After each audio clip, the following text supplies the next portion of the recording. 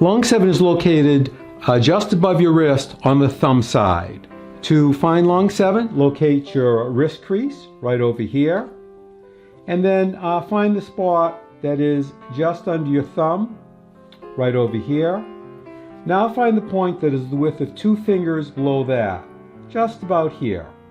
Push in to find a point that is sensitive, sore, tender, or painful. That is lung 7. Activate lung 7 by rubbing the area quickly 5 times.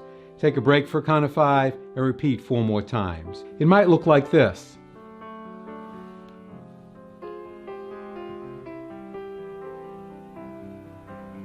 Or if you have a Tei Shin, gently use it like this.